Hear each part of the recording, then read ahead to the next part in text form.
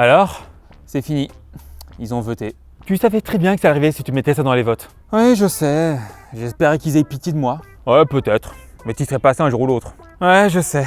Bon, on y va. Allez. Eh, sinon, tu peux faire overflow, hein. Oh, ta gueule, hein. Bon. Rideau fileur, en bref. Tout commence avec un plan avec une jeune fille quasiment à poil. Pardon, je suis en retard, on peut continuer. Alors, on va se battre. Et en face d'elle, un jeune homme entièrement nu qui est probablement en train de lui apprendre les mystères de l'anatomie masculine. Et tu vois là, c'est la bite. Alors, ça n'a pas l'air terrible à première vue, mais attends de voir la technique de l'hélicoptère. C'est un classique. Transition sur ce jeune homme sur le lit qui fait un terrible cauchemar. Oh putain, j'ai rêvé que la saison 3 de One Punch Man était à chier. Non, ça c'est vraiment arrivé. Tu veux une carotte ?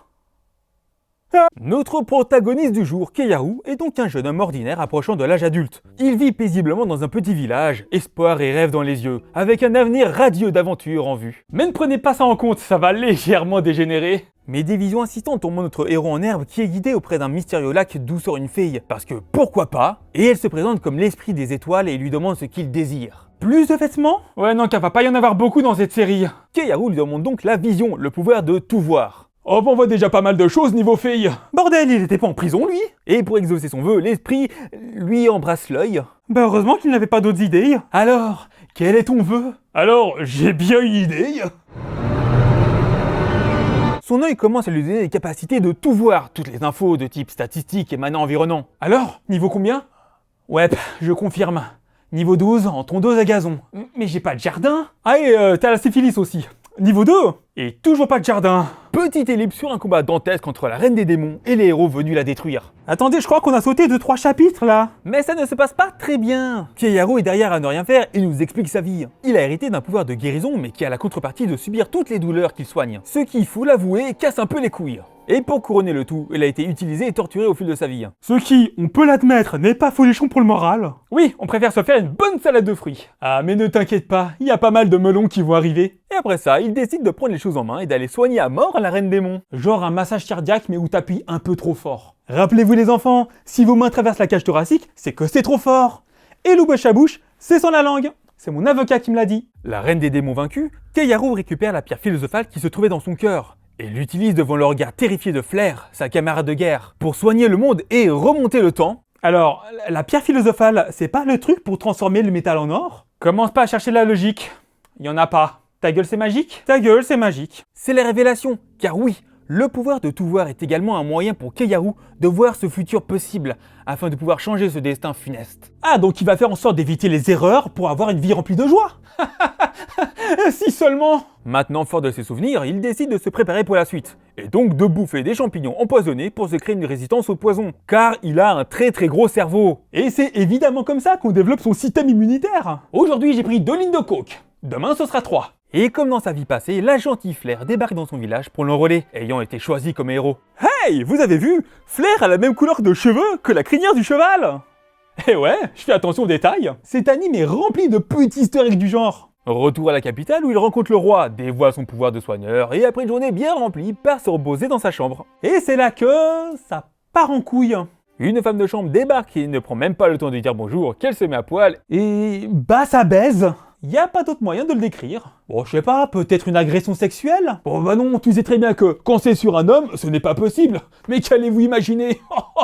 Il profite de ce moment pour utiliser un soin de prédation pour lui voler son expérience et se renforcer, ce qu'il fera avec d'autres servantes les prochaines semaines. Genre il soigne, mais à l'envers ? De mon temps, on appelait ça l'humain ravait sa mère. Quelques jours plus tard, l'épée Skrillet arrive au château. Keiharu a pour mission de lui faire repousser son bras, car la médecine ma gueule. Il le fait, accompagné d'un petit PTSD, ainsi qu'une bonne dose de douleur physique et mentale. Avec Flair en fond, qui se moque de lui. Et vous avez vu ces magnifiques perles bleues accrochées à ses cheveux ? Oh mais, c'est magnifique. À son réveil, Keiharu recommence le scénario de son ancienne vie. Flair l'encourage à soigner les gens malgré la douleur. Il refuse, se fait empoisonner, emprisonner. Il se fait séquestrer, bâillonner, ligoter. Et comme dans son ancienne vie, la tendresse n'est pas le premier mot auquel on pourrait penser. Enfin, presque. Les gens du château ont l'air de rafler de son tacos à la sauce blanche. Homme comme femme. Comme on dit, 20 balles, c'est 20 balles. Bon, en vrai, elle fait plutôt demander 30 balles. Et il continue cette thérapie pendant quelques mois, alternant la drogue, les soins et autres joyeusetés qui requièrent d'être tout nu. Comme le paddle. Mais t'as pas besoin d'être nu pour ça? Ah ouais? Mon prof de paddle m'aurait donc menti? Attends, je l'appelle. Allô? Ah non, mon avocat ne m'a encore rien dit sur ça. Sa résistance au poison prend enfin le dessus, ce qui rend enfin le contrôle de son esprit à Keiharu. Il peut enfin mettre son plan à exécution. La magie de soin lui permet de changer l'apparence de son visage. Oh ta gueule, c'est magique, cherchez pas. Il s'introduit dans la chambre de Flair et l'aide à se déshabiller gentiment. Mais elle proteste et affirme qu'elle l'avait drogué pour son bien. Ah, mais quelle adorable salope. Ok, je t'ai frappé, humilié, torturé, drogué. Mais c'est pour ton bien. Ah non, je proteste. Les pieds dans les couilles, c'est pas agréable. T'es sûr? Non, parce que j'ai un mec que je connais. Mais passons. Keiharu décide de lui faire une petite séance de chiropractie, pas piquer des hannetons. Attention, ça va piquer. Il réitère l'action après l'avoir soigné, évidemment. C'est beaucoup plus drôle. Et attention, c'est reparti pour un tour. Puis il décide de passer à la suite, non sans lui donner une bonne un coup de tacos. Et pour des raisons de déontologie, je vais vous épargner la suite et vous donner à la place une vidéo de chaton tout mignon.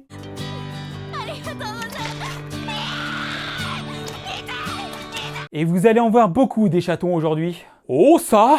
Après cette bonne partie de Quidditch, Keiharu utilise sa magie de soin pour effacer la mémoire de Flair et lui laver le cerveau. Il change également son apparence ainsi que la sienne pour changer de vie. Et le tout grâce encore à la magie de soin qui fait visiblement de la métamorphose, effacement de souvenirs et probablement le café aussi. Et agrandit la taille de votre pénis. Et il donne son ancienne apparence au capitaine Reynard, un mec qui a tenté de protéger Flair. Au bout d'un moment, le ta gueule c'est magique, ça va plus marcher hein. Ta gueule c'est la chirurgie magique?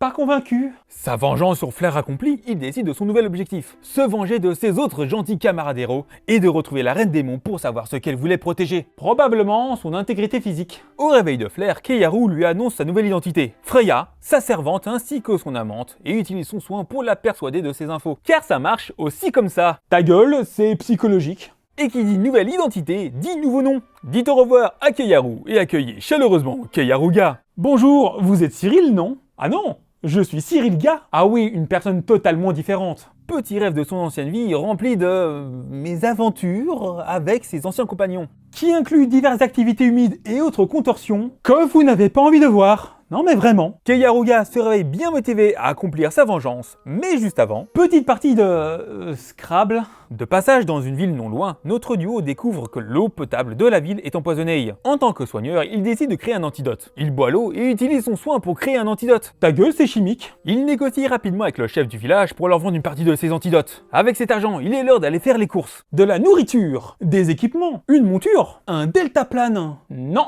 une esclave furie. Ah, une monture donc. Il achète donc une catgirl qu'il s'empresse de soigner tout en lisant son passé. Voici donc Setsuna, jeune mi-femme mi-loup, qui tentait de défendre son village quand elle a été capturée puis vendue en tant qu'esclave sexuelle. Pas très sympa donc. D'ailleurs, j'ai trouvé un article sur AliExpress qui dit qu'elle a entre 12 et 14 ans. C'est important de le préciser. Alors, AliExpress fait des articles. On va pas en parler? On va pas en parler. Et lui inculque son antidote de la manière la plus médicale possible. Eh ben vous voyez, je vous avais bien dit que c'était normal. Elle se réveille enfin et avec son œil, Keiharuga comprend que ses capacités sont comme bloquées. Qu'elle ne peut pas devenir plus forte même en s'entraînant, tel un récipient dans lequel on verserait trop d'eau. Ça fait un peu comme ça.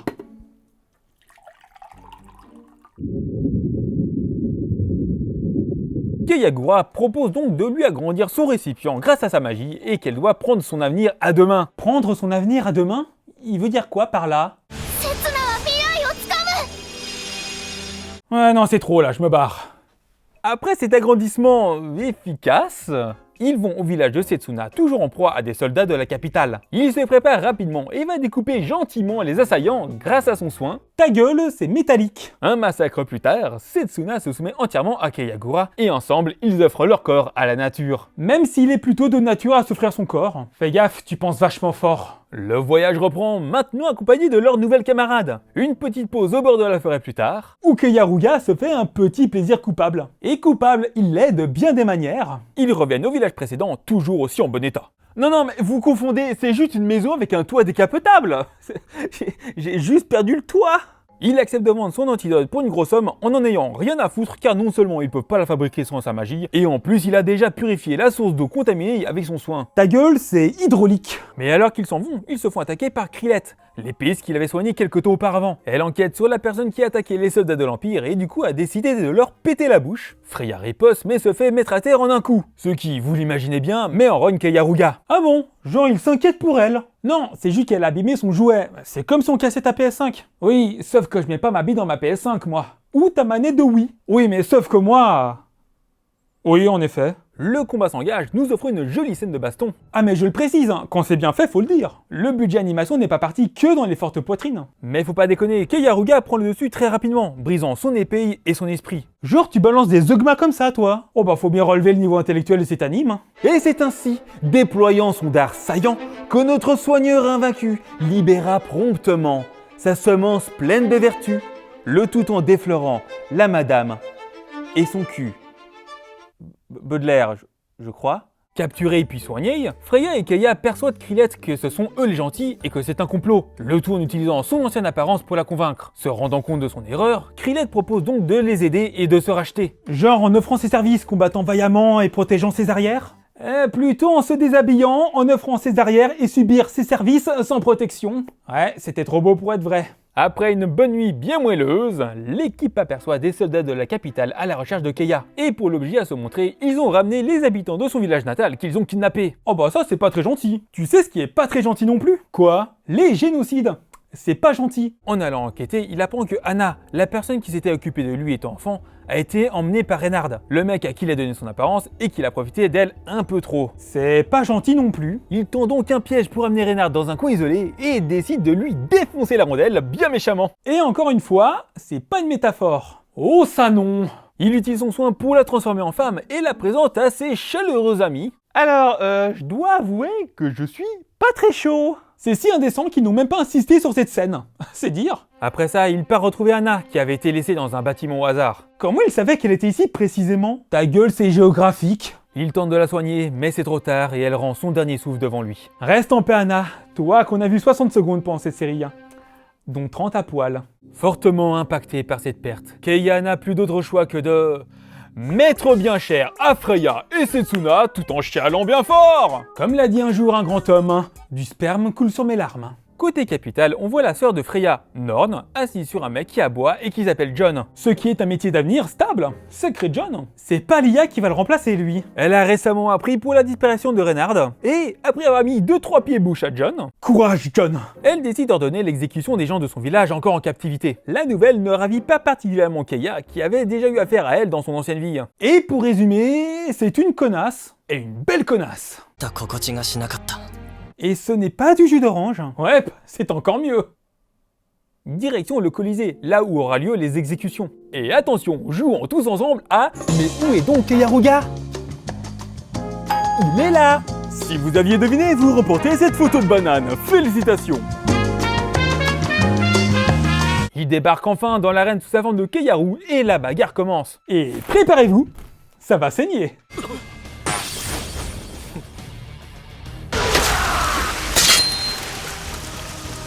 Vraiment, le fait d'utiliser son soin pour faire imploser des gens, ta gueule, c'est hémoglobinique. Au pied du mur, les ennemis activent une barrière magique censée l'affecter. Sauf qu'il a apparemment tout prévu et Freya était près du cristal magique et inversé son effet. Ah ah, tu es foutu.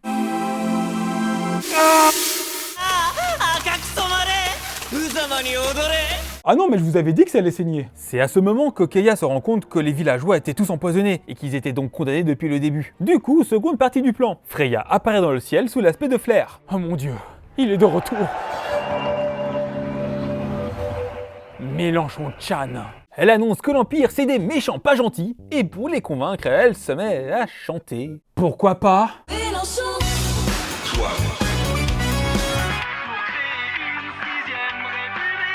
Puis elle invoque un soleil au-dessus de l'arène. Pourquoi? Ah bah ça s'est dégagé d'un coup. Tout ceci finit par convaincre le public qui est maintenant vachement énervé et vient finir le travail. Keiya, quant à lui, se barre discrètement, satisfait de sa propagande. Et ce début de guerre civile. Un détail. Le voyage reprend, direction Branica. Apparemment, la reine des démons s'y trouverait. Et peut-être même Norn, qui complote toujours dans son coin. John, tu es irremplaçable.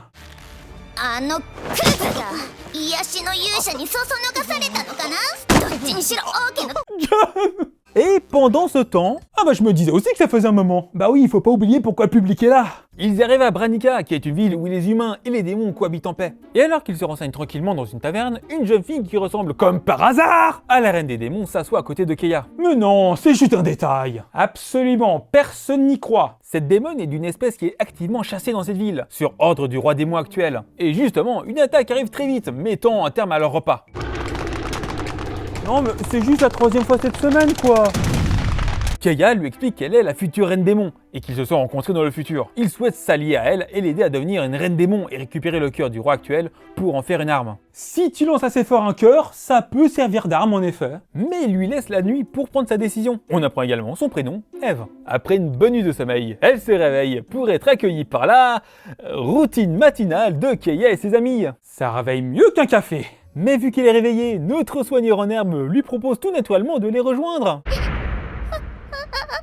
Elle refuse malheureusement, mais décide de s'allier à lui. Elle lui parle de sa capacité à potentiellement contrôler une créature divine pour en faire son familier. Il part donc en ville pour assembler des informations. Bonjour, vous savez comment soumettre un être divin? Alors oui, c'est très facile. Alors en fait, pour commencer, les tutos de Jésus, jamais sur vos écrans.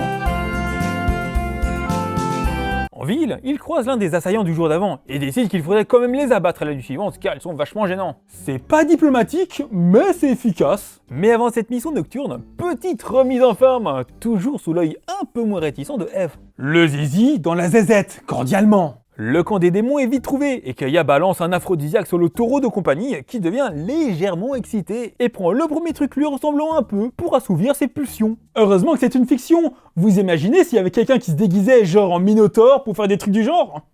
Ce serait fou, hein? Il y récupère les informations dont il a besoin et laisse les rescapés au sabot de leur monture. Ils passeront une nuit fort peu agréable. Le jour suivant, ils font quelques emplettes d'équipement. Mais à ce moment-là, ils apprennent que Norn et son armée débarquent en ville. Keia va vérifier et aperçoit également l'héroïne épéiste et ancienne compagnon Blade. Waouh, elle maîtrise l'épée et s'appelle Blade! L'originalité est à son comble. À ses côtés se trouve également Œil de Faucon, un autre héros. Et ça va vous paraître étonnant, mais cet homme se bat avec un arc. J'aime pas trop les voleurs et les fils de pute. Ce dernier n'était pas vraiment prévu au menu, alors il doit s'organiser. Il fait quelques affaires avec un marchand local et apprend que des rumeurs racontent que Blade abuse de belles femmes dans la ville. Comment? Un personnage de cet anime fait des actes odieux?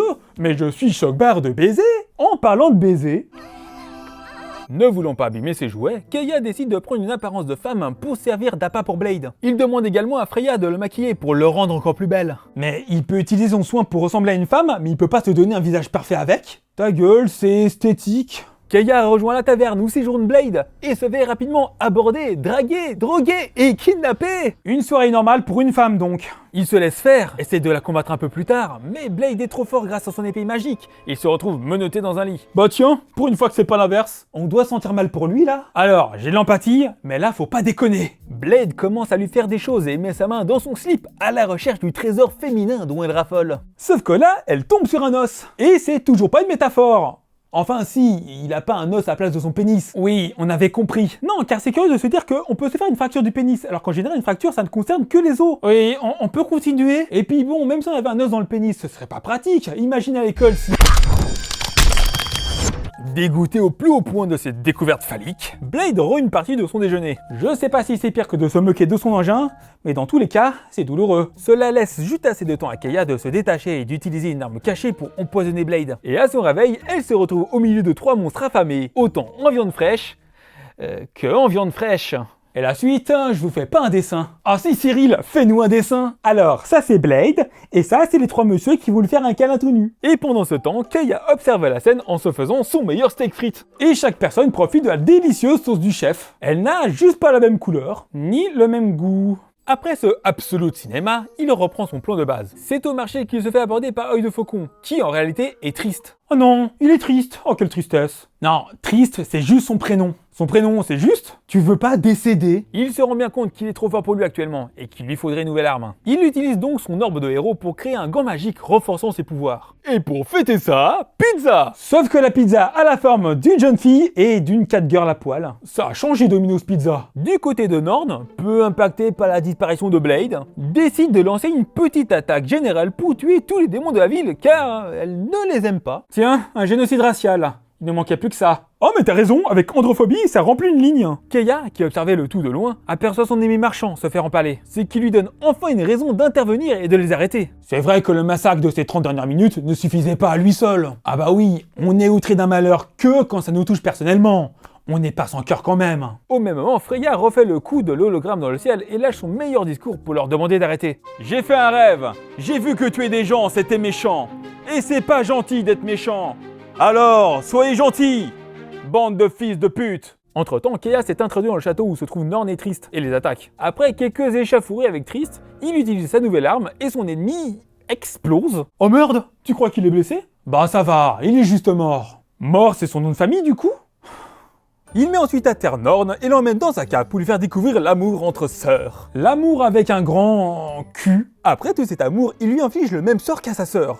Lui efface la mémoire et change son existence. Voici donc Hélène, la petite sœur perdue de Keiaruga, qui déborde d'amour pour son frère adoré. Oh, l'inceste on n'avait pas eu. Carton. Plus tard, Krillette se ramène également, et c'est une grande partie de Twister qui commence. Et à 5, ça fait pas mal de contorsions. Sa mission ici est terminée, il peut reprendre son voyage pour continuer sa vengeance. Mais avant, il se recueille une dernière fois sur la tombe de son ami marchand. Tu étais si proche de lui? Non, c'est le seul capable de me tuer, quoi. Et bon, il avait pas de vagin, donc bon. Et du coup, la prochaine cible de sa vengeance, c'est Bullet, le héros du fusil, qui, de son côté, a un peu trop hâte de le revoir. Mais de nombreuses embûches se trouvent sur sa route. Ce qui conclut cette saison 1 de Riddle of Filler. Comment ça, saison 1? Ouais, moi non plus, j'ai pas envie. Nom d'une bite.